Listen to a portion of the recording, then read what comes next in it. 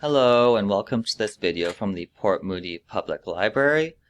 In this video we will be going over how to access Mango Languages to learn languages online.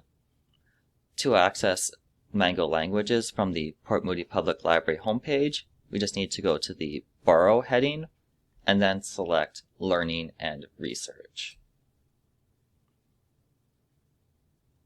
From the new page, we just need to scroll down towards the bottom and select the Mango Languages option. It will open up the login page in a new tab. We just need to enter our library card number and PIN. So I'm just going to do that now.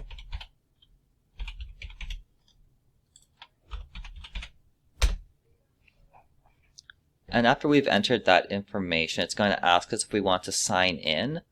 If you've already created a Mango Languages account in the past outside of the library, you can sign in using that here.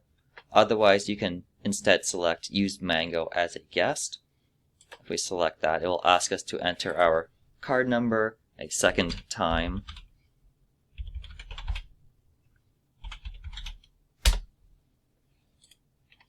And then it will take us to the setup page. So initially we'll ask us to select a language that we would like to learn. So I'm just going to pick Japanese as an example.